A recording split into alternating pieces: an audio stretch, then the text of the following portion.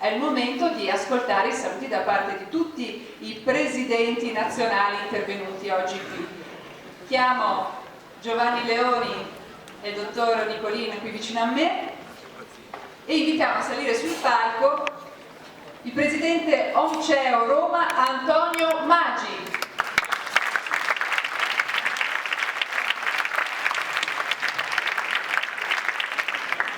Grazie Antonio. Per me è grande emozione, non è la prima volta, è la seconda volta che sono qui con voi. Sicuramente come ordine questa è una giornata molto importante per voi giovani, il fatto di aver giurato su una cosa molto importante che vi dovrà seguire per tutta la professione, cioè quella che è l'etica della professione. L'etica è veramente la cosa principale, ricordatevelo sempre, perché come è stato già detto da altri prima di me, è il faro, è la stella polare.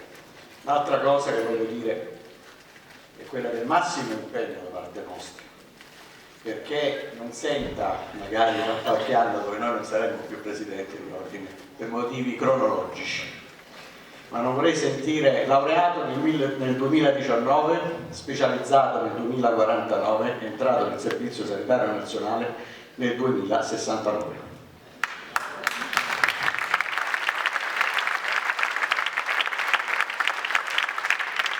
È il massimo impegno che lo faremo e daremo noi tutti quanti noi presidenti, anche quelli che adesso seguiranno sul palco. È una promessa che noi vi facciamo, perché noi crediamo che le nuove generazioni abbiano il diritto di poter iniziare a fare la loro professione con la massima dignità e, perché no, anche con una bella soddisfazione professionale, cosa che adesso purtroppo, non essendo più poco attrattivo questo Servizio Sanitario Nazionale, purtroppo perdiamo molte delle professionalità che scelgono, invece di stare qui in Italia a lavorare insieme a noi, di andare all'estero. Ragazzi, auguri e in bocca al lupo. Grazie dottor Maggi. Invito a salire sul palco anche il presidente di ONCEO Napoli, Silvestro Scotti.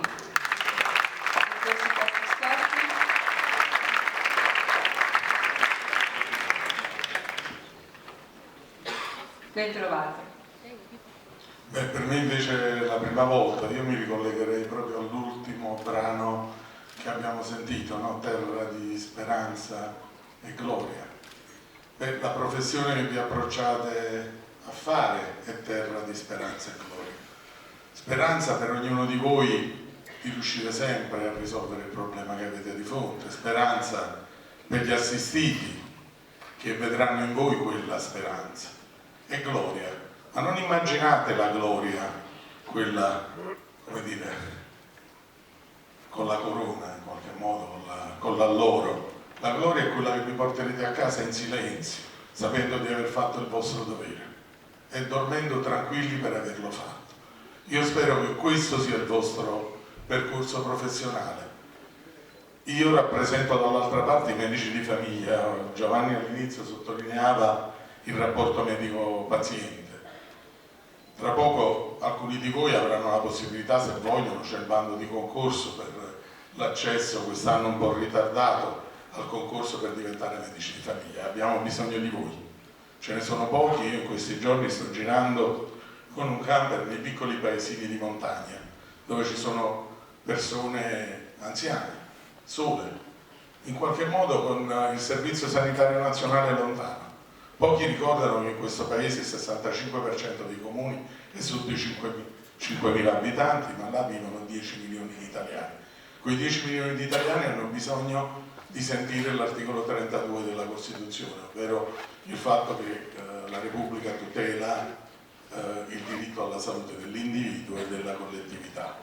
Bene, io ovviamente augurandovi che le vostre maggiori aspirazioni vengano realizzate, spero che nel vostro gruppo ci sia qualcuno che aspiri a fare questo lavoro. E chiudo raccontando un episodio che ho raccontato al mio congresso e che vi dà il senso di quello che è questo lavoro. Oggi ci confrontiamo con i social, con la tecnologia. Una mia paziente mi ha chiesto l'amicizia su Facebook, era una nuova, sai, quelli che all'inizio chiedono l'amicizia a tutti, in qualche modo l'abbiamo fatto tutti all'inizio, perché è un segno di successo avere più amici. Dopodiché perché è una metodologica pignola, la conosco bene, ha cominciato a classificare gli amici, no? Parenti e quant'altro. Ebbene, a me è arrivata una nota in cui mi ha messo nel gruppo di familiari. Io penso che nessun complimento maggiore potesse farmi.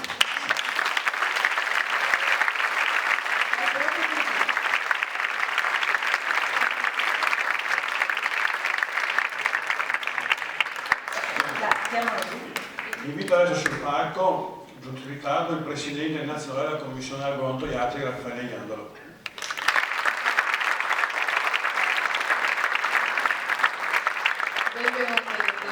Buonasera, buonasera.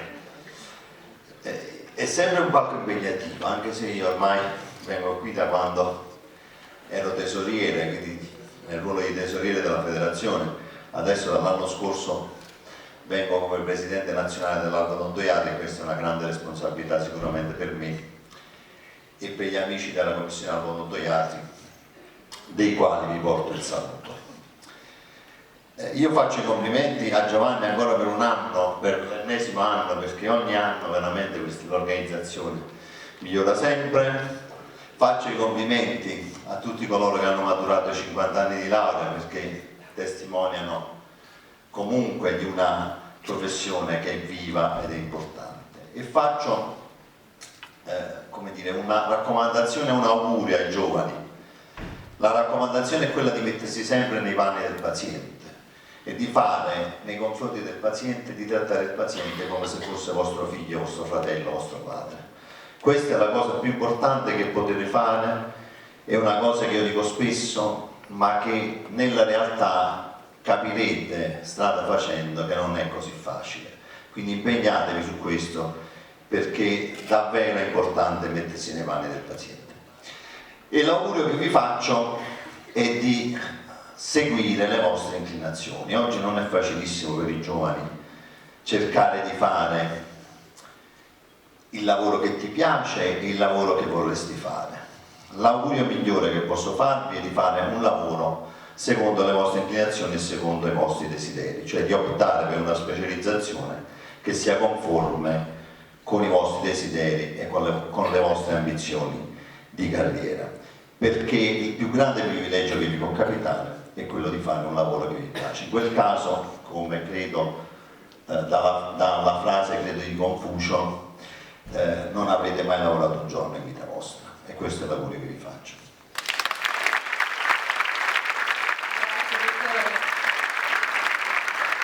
Invito a salire sul palco il presidente Onceo Trapani, il dottor Cesare Ferrari. Quindi ci vuole, è venuto da tanto lontano. Buonasera a tutti, gentili colleghe, gentili colleghi, ospiti, illustri di Giovanni, che è un amico, Giovanni Leoni, presidente di Venezia. C'è una sottile linea nella cartina geografica che unisce Trapani, Alberto, con Venezia, passando da Roma. Questo per dire che io sono qua a testimoniare come fenomeno cieco in tutta Italia, da Trapani a Venezia, si parte davvero per i giovani, per voi.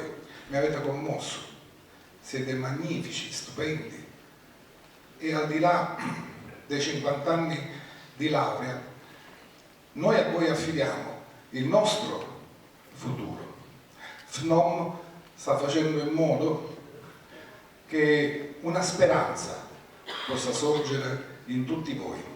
Vedete, caro Roberto Monaco, anche lui siciliano, presidente di Siena, Georges Bernalò, un grande scrittore cattolico, ha scritto 2 libri importanti che ho letto, Il diario di un curato di campagna e I dialoghi delle Carmelitane. Lui sosteneva che per raggiungere un obiettivo e scalare, perché lo si può, una montagna, quella che adesso avete davanti voi, non bisogna inciampare nei sassolini. FNOM CEO sta togliendo, cerca di togliere tutti questi sassolini nella vostra erta, nella vostra salita, perché davvero possiate raggiungere la cima di quella montagna e dare soddisfazioni alle vostre famiglie, perché le vostre famiglie, voglio ringraziare i vostri genitori oggi, voi siete il frutto di tanti sacrifici delle vostre famiglie, e affinché davvero possiate stare vicini ai vostri pazienti ed essere soprattutto medici, perché c'è una grande differenza tra fare il medico ed essere medici, e in voi io già vedo il germe, quel fanciullino in maniera pascoliana dell'essere medici. Bravi, grazie, grazie a te Giovanni.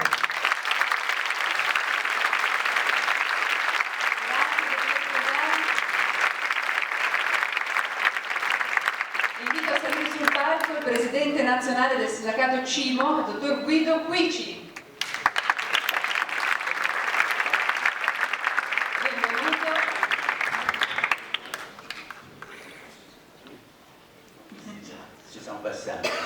Ci siamo anche persi per arrivare qui. Ma questo è uno dei momenti in cui uno è veramente orgoglioso di fare il medico. Lo dico perché vengo da una famiglia di medici, ho sempre vissuto questo ambiente. Prima Silvestro raccontava l'episodio dei social. Mio padre invece andava a fare le visite al comune di medicina generale, faceva lo scambio dei giornaletti Topolino con i bambini per poterli visitare, o andava in cucina a vedere cosa cucinava la mamma. Quindi, e poi quando i colleghi che sono stati premiati per i 50 anni, ho pensato: ma quante centinaia di migliaia di ore hanno fatto, quante decine di migliaia di turni hanno fatto, quante notti, quanti festivi hanno sacrificato per la famiglia, per una missione. E quindi il passaggio ideale tra i colleghi più anziani e quelli più giovani deve far capire ai giovani che devono essere: uno, autonomi, non ne dovete strafregare, scusate il termine, di tutto il resto; due, professionalmente molto ma molto validi, perché è una professione dura, impegnativa, che non fa sconti a nessuno, ma che dà anche grandi soddisfazioni. E poi mi permette, quindi vi faccio i miei migliori auguri, poi mi permetto di dire ai colleghi che invece sono in servizio: tenete duro, resistete, resistete, resistete, perché la nostra professione non ce la toglierà mai nessuno.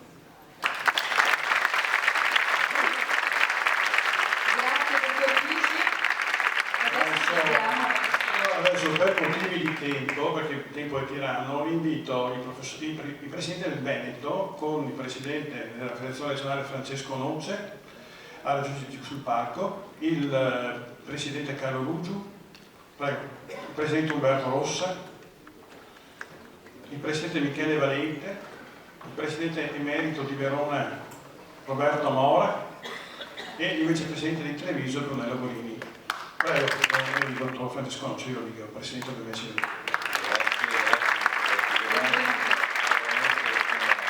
Siamo tutti contenti di essere qua, di farti sentire la nostra vicinanza al tuo ordine, a tutti i consiglieri, al tuo direttivo, e siamo molto onorati di essere qui e portarti il nostro saluto e la nostra vicinanza. La giornata si è svolta, avete visto, con un ordine che non è casuale: il ricordo di chi si è lasciato, la premiazione di chi ha svolto la professione per 50 anni, il passaggio del testimone ai giovani colleghi. E allora voglio rivolgere anch'io un augurio, ed è l'augurio che faccio quando anch'io concludo la mia giornata. E vorrei augurare loro che quando loro oggi hanno preso un impegno, hanno giurato sulla nostra Bibbia, e hanno preso un impegno di fronte alla società, di fronte all'autorità, di fronte ai colleghi, ma soprattutto un impegno di fronte alle proprie coscienze. Ecco, io allora auguro loro che magari fra 50 anni, quando saranno qui su questo palco, essere premiati con la medaglia d'oro, possano riprendere in mano questo giuramento che hanno appena letto e magari leggerlo senza dover mai voltarsi dall'altra parte o abbassare lo sguardo. Allora potranno dire: sono stato un bravo medico. Grazie.